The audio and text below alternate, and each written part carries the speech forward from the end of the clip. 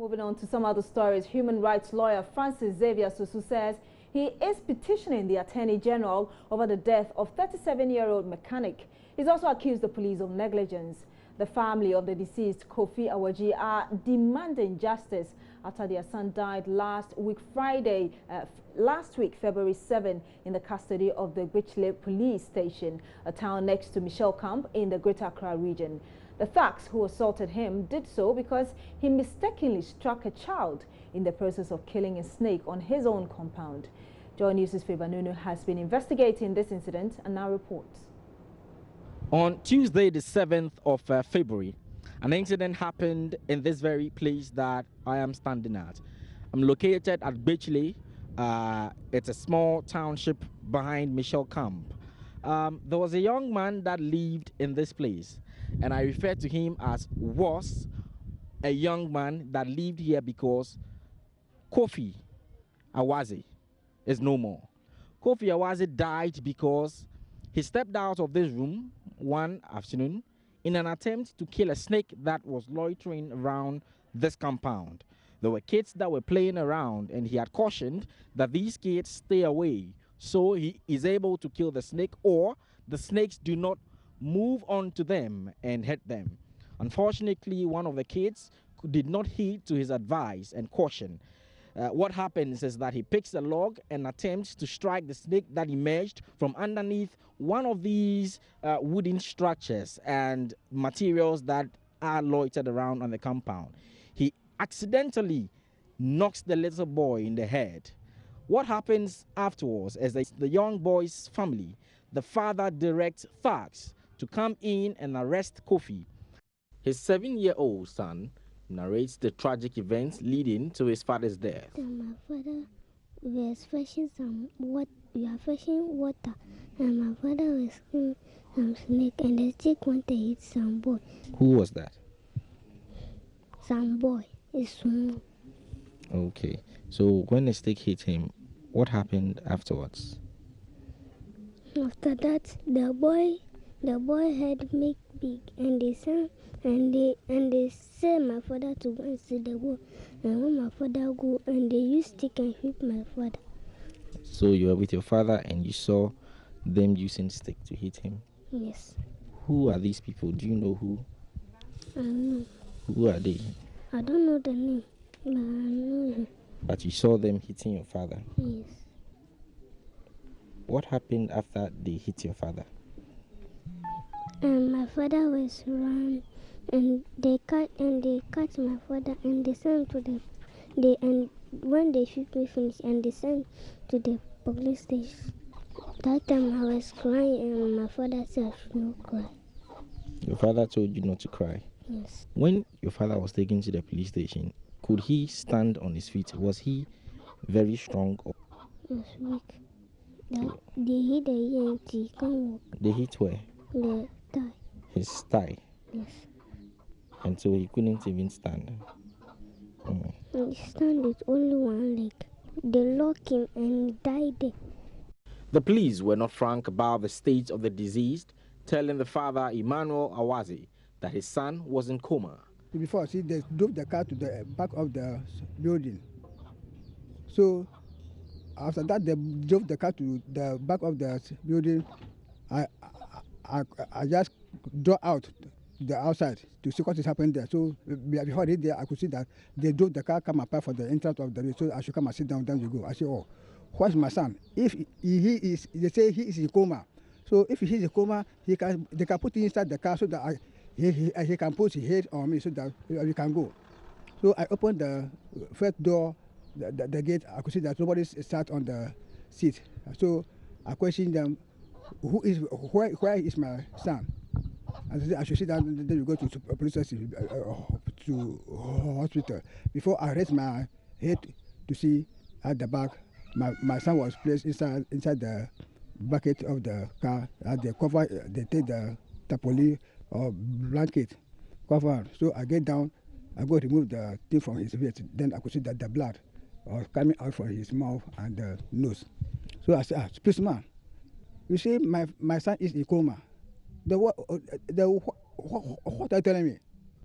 He said, oh, old man, make it sit, make it go. I said, okay. Then I got inside the car. Then I telephone. I rang my woman that I think what's happening. Our son is dead. The family of the deceased, who left behind 2 children, wants the police held accountable. It's a total negligence on behalf of the policeman on duty that very evening for admitting the said person who has been assaulted in the police cells. I'm seeking for justice. We're seeking the family, we're seeking for justice. The disease was not sent to the hospital. The policeman on duty did not take any information about the said person who was locked up in police cells till the following morning when the father went there before they were asking him his name and his age, where he comes from and stuff. So it's a total negligence on behalf of the policeman on duty that very evening for admitting the said person who has been assaulted in the police cells. Aside, now, I also want to know the reason why he should give medical form for the said small boy to go to the hospital. Meanwhile, the person who has been assaulted or the person who has been in custody is not being cut off. It has not been given opportunity to seek health care, which is part of his basic human rights. Human rights lawyer Francis Xavier Sosu has taken up the matter and intends to pursue the case to its logical conclusion. The police should have taken reasonable care and taken him to the hospital so that he would be treated before even any further actions. But for the fact that police failed to do so and just locked him up, which eventually led to his death, I believe that the police must be held liable for this unfortunate incident. And I'm expecting that in the next few weeks, the police will take swift action to address this matter. In the first place, the people who did this must be arrested and put before the court. And the Attorney General would have to also intervene and perhaps recommend some compensation for the loss of life to this family. Otherwise, I believe that we would have no choice than to go to court, to seek a redress in court, because clearly this is a case of police negligence leading to the death of Kofi Awazi. So that was Favor Nunu's report. Let's now speak to ASP Julian Obeng. She speaks for the Tema Regional Police. Good morning to you, madam. Thank you for joining us. Thank you to Beatrice. Why did your men detain the man when he obviously needed medical attention? Beatrice, I think that unfortunately I couldn't listen to what another family has said about this issue because it couldn't put me too. But what I can say is that our new regional commander, DCOP George Tufo, has directed that investigations into this matter be moved from Bechele, which is under the What Division, to the regional headquarters for proper supervision. And so that is what is happening now. Have you spoken to the officers involved?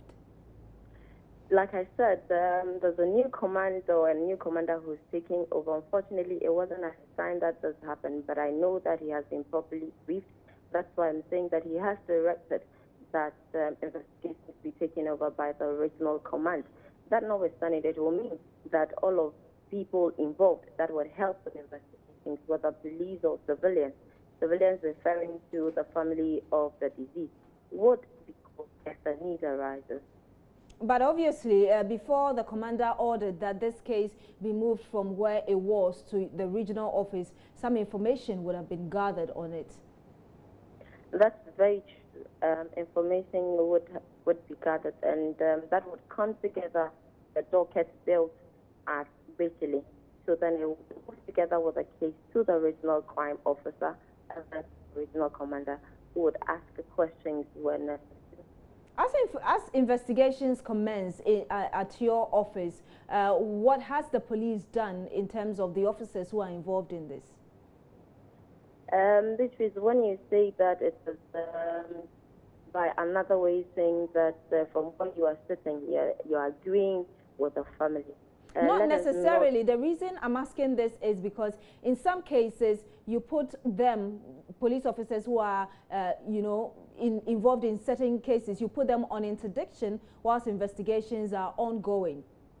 Well, it is only a post-mortem that would determine exactly the cause of death of the deceased. So I would beg that we wait for a post-mortem report, and then we can move further on who is to be taken away as further investigation commences or not. But in this case, the problem is that there was some sort of negligence on the part of the police. When this man obviously needed medical care, he was not, you know, given that care. And apparently, based on what the father is saying, he was not even told the truth about the condition of his son. Let us be assured that as further investigation commences into this matter, if the police administration in Tema notices that it was an act of negligence on the part of officers who were detailed on duty on that particular day that happened, why not? We would allow the law to work.